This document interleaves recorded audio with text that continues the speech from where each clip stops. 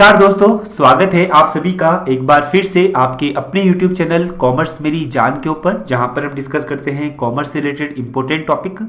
तो यदि आप हमारे चैनल के ऊपर नए हो और अभी तक चैनल को सब्सक्राइब नहीं किया है तो जरूर से चैनल को सब्सक्राइब कर लीजिएगा। यह जो हम फाइनेंस की क्लास चला रहे हैं उस फाइनेंस की यह क्लास नंबर 6 है और यह क्लास आपके लिए सेबी एग्जाम के लिए, सेबी ग्रेड एग्जाम के लिए और आपके लिए एनटीए नेट कॉमर्स एग्जाम के लिए, एनटीए कॉमर्स एग्जाम के लिए आपके लिए यूजफुल रहेगी। इस क्लास के अंदर हम क्या टॉपिक डिस्कस करने वाले हैं, काफी समराइज्ड वे के अंदर हम डिस्कस करेंगे इस क्लास के अंदर evolution and growth banking in India. मतलब कि इंडिया के अंदर बैंकिंग का विकास किस तरह से हुआ और किस तरह से उसकी ग्रोथ हुई है। तो इस टॉपिक को हम बहुत ही देखो, हालांकि जब हम टॉपिक पढ़ने जाते हैं तो इसके अंदर 3 से 4 से 5 घंटे लग सकते हैं, क्योंकि बैंकिंग का एवोल्यूशन और ग्रोथ काफी लंबा टॉपिक है, लेकिन हम इसको बिल्कुल समराइज्ड वे के अंदर करेंगे। तो इस क्लास की जो स्टार्टिंग है, हमने जो क्लास 5 की थी, क्लास 5 के अंदर कैसे किया था, मनी का एवोल्यूशन कैसे हुआ था, उससे रिलेटेड हम एमसीक्यू डिस्कस करेंगे। और ये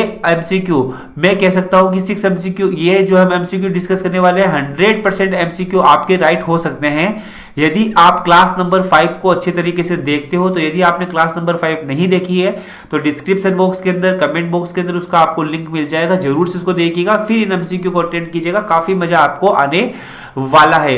या फिर ऊपर आई बटन के ऊपर क्लिक करके आप क्लास 5 का जो लिंक है वहां पे जा सकते हो और फिर इसके अंदर क्लास 6 का जो हमारा टॉपिक है कि बैंकिंग का एवोल्यूशन कैसे हुआ उसको हम डिस्कस करेंगे। तो सबसे पहले क्लास 5 के जो एमसीक्यू है, क्लास 5 किससे रिलेटेड थी हमारी, इवोल्यूशन ऑफ मनी का इवोल्यूशन किस तरह से हुआ। सबसे पहला करेंसी नोट्स होते हैं और जो कॉइन्स होते हैं उसको क्या कहा जाता है, करेंसी नोट्स और कॉइन्स को फिएट मनी कहा जाता है। फिएट मनी क्या होती है, करेंसी नोट्स या फिर कॉइन्स जो कि इशू किए हैं रेगुलेटरी अथॉरिटी के द्वारा, वो क्या होते हैं, फिएट मनी। और फिएट मनी अगर वैलिड है, अभी 8% अगर फिएट मनी जो है वो अगर वैलिड है तो वो क्या बन जाती है, लीगल टेंडर। तो करेंसी नोट्स और कॉइन्स दोनों लीगल टेंडर में भी आते हैं और फिएट मनी में भी आते हैं। आंसर हो जाएगा आपके लिए D, both B and C is the right answer. Next आता है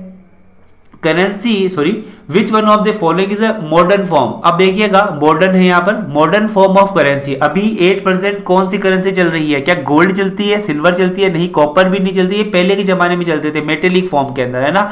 अभी तो पेपर के नोट्स चलते हैं जहां पर उनकी जो इंट्रिंसिक वैल्यू होती है, अपने आप में उनकी जो वैल्यू होती है वो काफी कम होती है, यानी कि उनको बनाने का जो खर्चा होता है वो काफी कम होता है।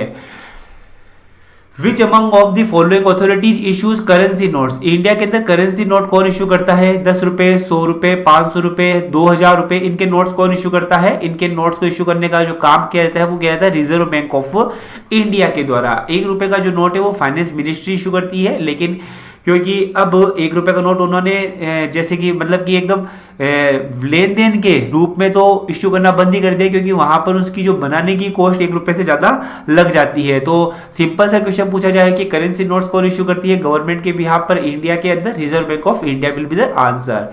इन which of the following system exchange of goods is done without use of money. मतलब कि मैं यहाँ पर रुपए पैसे का यूज नहीं कर रहा हूं, एक चीज आपको दे रहा हूं, दूसरी गुड्स आपसे ले रहा हूं, ये कहलाता है बार्टर सिस्टम। अब देखिएगा काफी अच्छा क्वेश्चन है, इसमें आपको ग्रुप ए को ग्रुप बी से क्या कराना है, मैच करवाना है। नियर मनी क्या होती है, नियर मनी मतलब नियर मनी का एग्जांपल है आपके लिए बिल ऑफ एक्सचेंज, तो यहां पर जाएगा बिल ऑफ एक्सचेंज, ठीक है। Secondary functions of money, commodity money आपको मैंने बताई थी कि जो भी कमोडिटी होती है ना उसको क्या कर लिया जाता है, मनी के रूप में एक्सेप्ट किया जाता है। जैसे कि सी सेल होते थे वो, तो मतलब कि 10 सी सेल के बराबर ये चीज मिलेगी, 20 सी सेल के बराबर ये चीज मिलेगी। बार्टर का क्या होता है, बार्टर के अंदर होता है कि डबल कोइंसिडेंस ऑफ वांट्स, मतलब कि मैं जो चीज चाहता हूं वो आपके पास हो, आप जो चीज चाहते हो वो मेरे पास हो। लीगल टेंडर क्या होता है, लीगल टेंडर होती है आपकी फिएट मनी। सेकेंडरी, अब इसके अंदर money, secondary function of money का क्या आ जाएगा, स्टैंडर्ड ऑफ डेफर्ड पेमेंट, मतलब कि पेमेंट करने के लिए ये एक स्टैंडर्ड फॉर्म होता है जिससे कि आप किसी भी चीज का पेमेंट कर सकते हो। State whether the following statements are true और फॉल्स। काफी अगेन ये काफी अच्छा क्वेश्चन है। अगर किसी ने हमारी क्लास नंबर 5 को अच्छे से देखा है ना, तभी जाकर वो इन क्वेश्चनों के आंसर दे पाएगा। पहला आता है metallic coins are easily portable than paper notes. अब आप बताओ, एक तो आपके पास सोने चांदी के बैग है, उनको एक जगह से दूसरी जगह पर लेके जाना इजी है या फिर पेपर नोट्स को? सिंपल सी बात है, पेपर नोट्स को ले जाना काफी इजी है in comparison to metallic coins. तो यहां पर ये जो पहला स्टेटमेंट हो जाएगा वो क्या हो जाएगा आपके लिए? फॉल्स हो जाएगा। Token coins are coins whose face value is greater than their intrinsic value. जैसे कि फॉर एग्जांपल अभी अगर आपको यहां पर अभी 8% जो आपको 10 रुपए का सिक्का दिख रहा होगा, देखा होगा आपने, काफी पतला सा छोटा सा होता है वो, है ना। तो और जो 5 रुपए का जो सिक्का दिख रहा है, पहले 50 पैसे का जो सिक्का होता था उसके उतने जितना छोटा है, वरना पहले 5 रुपए का सिक्का बहुत मोटा होता था, है ना। तो इनको छोटा करने का मतलब क्या रहा, ताकि ये जो 5 रुपए की इसकी जो वैल्यू है ये कहलाती है फेस वैल्यू। इंट्रिंसिक वैल्यू का मतलब इसको बनाने की कॉस्ट क्या रही।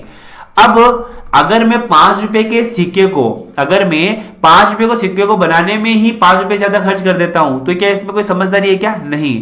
हमेशा जब टोकन कॉइन बनाए जाते हैं आज के टाइम के अंदर, तो हमेशा देखा जाता है कि उनकी जो फेस वैल्यू है, 10 रुपए का जो सिक्का है उसको बनाने की कॉस्ट 10 रुपए से कम होनी चाहिए। तो फेस वैल्यू हमेशा ज्यादा होनी चाहिए उसकी इंट्रिंसिक वैल्यू से। तो आज ये आ जाएगा true. Money facilitate estimation of total national income. National income अगर देखो सिंपल सी बात है, क्योंकि सभी ट्रांजैक्शन का एक स्टैंडर्ड फॉर्म मिल जाएगा, तो वहां पर आपकी जो नेशनल इनकम को एस्टिमेट करना काफी इजी हो जाएगा। अगेन ट्रू हो जाएगा। क्या चेक एक फिएट मनी है क्या? देखो फिएट मनी के अंदर आते हैं कॉइन्स। क्या चेक कॉइन्स है क्या? नहीं। करेंसी नोट्स, क्या चेक करेंसी नोट्स है क्या? नहीं। तो या तो चेक ना तो करेंसी नोट्स है ना कॉइन्स है, तो चेक एक फिएट मनी नहीं है। आंसर आ जाएगा फॉल्स।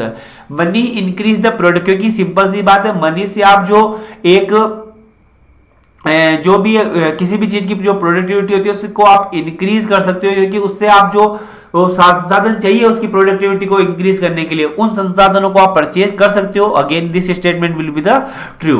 आई होप ये सारे क्वेश्चन आपको समझ में आए होंगे। यहां पर इनका एक्सप्लेनेशन भी मैंने यहां पे लिख रखा है। मॉडर्न फॉर्म ऑफ मनी कौन कौन से है? एक तो करेंसी नोट्स है, एक तो करेंसी नोट्स है, और एक आपके लिए है कॉइन्स। देखिएगा ये सभी क्यूजेस वगैरह हम अपने टेलीग्राम चैनल पे करवाते हैं। इसका अगर आपको पीडीएफ भी चाहिए होगा तो भी हमारे टेलीग्राम चैनल के ऊपर ये अवेलेबल है। सभी एग्जाम की नोटिफिकेशन हम अपने टेलीग्राम चैनल के ऊपर देते हैं। तो यदि अभी तक आपने हमारे टेलीग्राम चैनल नहीं ज्वाइन किया है तो जरूर से आप हमारे टेलीग्राम चैनल को ज्वाइन कर लीजिएगा। नाम है इसका कॉमर्स मेरी जान, टेलीग्राम पे जाके सर्च कीजिएगा। ये तो अभी तक हमने क्लास नंबर जो 5 थी उसके जो एमसीक्यू थे वो हमने यहां पर डिस्कस किए हैं। अब हमारी जो क्लास नंबर 6 है उसका जो टॉपिक है, क्या टॉपिक है कि हमारे इंडिया में बैंकिंग का इवोल्यूशन कैसे हुआ, वो हम यहां पर पढ़ने वाले हैं। तो देखिएगा, पहले तो मेरी बात सुनिएगा कि यार बैंक क्या होते हैं। बैंक का मतलब होता है वो एक ऐसी संस्था जो कि आपके पास कोई सेविंग होती है उसको एक्सेप्ट करती है और आपको क्या करती है, लोन देती है। मतलब कि जिसके पास एक्स्ट्रा रुपया पड़ा है वो जाकर बैंक में जमा करा दे, जिसके पास रुपया नहीं है वो जाकर बैंक से ले ले और अपना बिजनेस करे और कमाने लग जाए। इससे देश की जो अर्थव्यवस्था होती है वो काफी सुचारू रूप से चलने लग जाती है। बैंक की इस काम को करने की जो प्रोसेस होती है ना, कि यार वो डिपॉजिट्स देती है और लोन वगैरह देती है, उसको बोला जाता है बैंकिंग, उसको बोला जाता है बैंकिंग। हालांकि जो हमारे इंडिया में ये जो बैंकिंग है वो बरसों से चलती आ रही है। पहले अगर आपने देखा होगा कि जो सेठ जी होते थे वो क्या करते थे, लाला जी होते थे, वो क्या करते थे, आपको लोन वगैरह देते थे, कुछ आपसे गिरवी रखवा लेते थे, है ना। लेकिन अगर हम देखा जाए तो एक सुचारू रूप से इसका संचालन कब से हुआ है? इसका सुचारू रूप से संचालन हुआ है 1770 के अंदर। जब ईस्ट इंडिया कंपनी हमारे इंडिया के अंदर आई तो उनको लगा कि यार इंडिया में एक बैंक की स्थापना करनी चाहिए जिससे कि हमारा काम सुचारू रूप से चल सके। तो ईस्ट इंडिया कंपनी ने ये 1770 के अंदर, देखिएगा इस तरह का प्रेजेंटेशन मैं आपके लिए लेकर आया हूं जिससे कि आपको पूरी चीज अच्छे से समझ में आ जाएगी। तो ये बैंक ऑफ हिंदुस्तान का एस्टेब्लिशमेंट कब हुआ था? 1770 के अंदर हुआ था। किसने किया था? ईस्ट इंडिया कंपनी ने इसको बनाया था। तो पहला बैंक कौन सा था इंडिया का? 1770 के अंदर बना था। नाम क्या था इसका? Bank of Hindustan. Bank of Hindustan इसका नाम था। फिर इन्होंने क्या किया? 1800 के अंदर हमारे यहां पर काफी सारे बैंक बने हैं ना, तो उन सभी के ईयर याद रखिएगा। फिर क्या हुआ कि ये जो हमारा इंडिया था, इसके अंदर अलग अलग क्षेत्रों के अंदर, जैसे कि एक क्षेत्र ये दे दिया, दूसरा क्षेत्र ये दे दिया, तीसरा क्षेत्र ये दे दिया, अलग अलग क्षेत्रों में अलग अलग प्रेसिडेंसी जो बैंक है उनकी स्थापना की गई। जैसे कि for example bank of Bengal की, बैंक ऑफ बॉम्बे की और बैंक ऑफ मद्रास की स्थापना यहां पर की गई। अब सबसे पहले इसको ऐसे याद रख लेना है, बी स्क्वायर एम है ना। बैंक ऑफ बंगाल कब बना? 1806 में। बैंक ऑफ बॉम्बे कब बना? 1840 में। बैंक ऑफ मद्रास कब बना? 1843 के अंदर बना। और ये बैंक अपने अपने क्षेत्र के अंदर सुचारू रूप से सक्रिय थे और इनकी अलग अलग अपनी करेंसी थी। जैसे कि बैंक ऑफ बंगाल की करेंसी देखो आपको ये दिख रही है। बैंक ऑफ बॉम्बे की, बैंक ऑफ बंगाल का बना था 1806 के अंदर। बैंक ऑफ बॉम्बे की करेंसी देखो आपको इस तरह से दिख रही है। इस तरह से बैंक ऑफ बॉम्बे की, ये 10 रुपए का नोट इस तरह का होता था। बैंक ऑफ मद्रास की करेंसी ये थी। अब क्या हुआ? एक भारत तीन प्रेसिडेंसी बैंक, तीनों की क्या थी? अलग अलग करेंसी थी। तो हमने क्या कहा कि यार ये तीनों की अलग अलग करेंसी होना, इससे थोड़ा सा काम सुचारू रूप से नहीं हो पा रहा है। तो हमने इन तीनों प्रेसिडेंसी बैंक को एक साथ मिला दिया 1921 के अंदर और इसका नाम रख दिया हमने इंपीरियल बैंक ऑफ इंडिया। क्या रख दिया? Imperial bank of India. और फिर यही इंपीरियल बैंक ऑफ इंडिया का नाम आगे चलकर 1955 में, यानी कि 1 अप्रैल 1955 को इसका नाम कर दिया गया स्टेट बैंक ऑफ इंडिया। भाई साहब 2 बजे के बाद आना, भाई साहब अगली लाइन में जाना। इसके अलावा इलाहाबाद बैंक आया था हमारा 1865 में। अब इलाहाबाद बैंक की खास बात क्या थी? यह इंडिया का फर्स्ट एक्टिव, अभी भी है ना, जॉइंट स्टॉक बैंक है। मतलब कि इसके अंदर शेयर्स वगैरह थे। तो ये इलाहाबाद बैंक कब आया था? 1865 में। उसके बाद में बैंक आया था हमारा Awadh commercial bank, alliance bank आया था 1875 में। अवध कमर्शियल बैंक आया था हमारा 1881 में। इसकी खास बात क्या थी? यह पहला ऐसा बैंक था जो कि मैनेज किया जाता था इंडियंस के द्वारा। तो देखिएगा, ईस्ट इंडिया कंपनी के 3 प्रेसिडेंसी बैंक स्टार्ट किए। कौन कौन से? Bank of Bengal 1806, bank of Bombay 1840, bank of Madras 1843। These banks were given the right to issue notes in their respective region। इनकी अलग अलग अपने क्षेत्र के अकॉर्डिंग अलग अलग इनकी क्या थी? करेंसी थी। इलाहाबाद बैंक कब आया था? 1865 में। अलायंस बैंक कब आया था? 1875 में। First bank of limited liability, जो लिमिटेड लाइबिलिटी के साथ, जो कि ऐसा बैंक जो कि इंडियंस के द्वारा मैनेज किया जाता था, वो कौन सा था? अवध बैंक था, जो कि 1881 में आया। पंजाब नेशनल बैंक का क्वेश्चन काफी बार पूछे जाते हैं। पंजाब नेशनल बैंक 1894 के अंदर आया। कब आया था? 1894 के अंदर आया था। स्टार्टिंग के अंदर इसका जो हेड ऑफिस था वो लाहौर में था, लेकिन बाद में जब भारत पाकिस्तान से अलग हो गए तो इसका अब हेड ऑफिस कहां पर है? न्यू दिल्ली के अंदर। इस बात को भी आप ध्यान में रखिएगा। Swadeshi movement encourage the Indian entrepreneur to start the many new banks.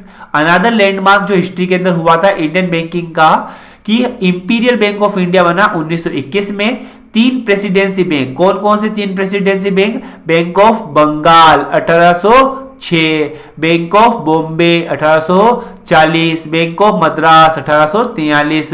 इन तीनों को क्या कर दिया? एक साथ मिला दिया गया और एक बैंक का निर्माण किया गया जिसका नाम था इंपीरियल बैंक ऑफ इंडिया। अब एक ही करेंसी यहां से इशू की जाएगी। By the independence, India had the fairly well-developed commercial banking system in existence. इन 1951 काफी सारे बैंक्स वगैरह हमारे यहाँ पर थे, तो वो इतना कोई जरूरी नहीं है। फिर हमने रिजर्व बैंक ऑफ इंडिया का मतलब एक बैंकों के ऊपर कंट्रोल करने के लिए एक सुपर बैंक बनाने की सोची। 1935 के अंदर रिजर्व बैंक ऑफ इंडिया बना और इसका जो नेशनलाइजेशन हुआ था वो हुआ था 1949 के अंदर। एक एक्ट बना था बैंकिंग रेगुलेशन एक्ट 1949। स्टार्टिंग के अंदर इसका नाम था बैंकिंग कंपनीज एक्ट 1949, लेकिन बाद में इसका नाम चेंज कर दिया बैंकिंग रेगुलेशन एक्ट 1949। और 1955 के अंदर जो इंपीरियल बैंक बना था ना 3 प्रेसिडेंसी बैंकों को मिलाकर, उसका नाम रीनेम करके स्टेट बैंक ऑफ इंडिया कर दिया गया। और उसके बाद में हमने नेशनलाइजेशन करने की सोची, नेशनलाइजेशन करने की सोची। 14 कमर्शियल बैंक का नेशनलाइजेशन हुआ था 1969 में, 6 कमर्शियल बैंकों का नेशनलाइजेशन हुआ था 1980 के तहत। और फिर बाद में एक मर्जर हो गया, तो अभी नेशनलाइज्ड बैंक हमारे कितने हैं चलो ये तो ठीक है ना। तो मतलब ये ध्यान रखिएगा कब कब नेशनलाइजेशन हुआ, 14 कमर्शियल बैंक का और 6 कमर्शियल बैंक का। इसके अलावा नाबार्ड की जो स्थापना हुई थी, ये भी एक इंपॉर्टेंट क्वेश्चन है। हालांकि अगली क्लास में पूरा का पूरा नाबार्ड के बारे में ही पढ़ने वाले हैं। नाबार्ड की स्थापना हुई थी 1982 के तहत। देखिएगा अगेन मैं कह रहा हूं कि हमने पूरा का पूरा जो बैंकिंग एवोल्यूशन था उसके सभी पॉइंट्स को यहां पर हम टचअप करने की कोशिश की है, उसके कंसेप्ट को समझने में कोशिश की है इस एक छोटे से वीडियो के माध्यम से। और इस वीडियो के जो एमसीक्यू होंगे वो हम अपनी अगली क्लास के अंदर डिस्कस करेंगे। All the very best for your exam.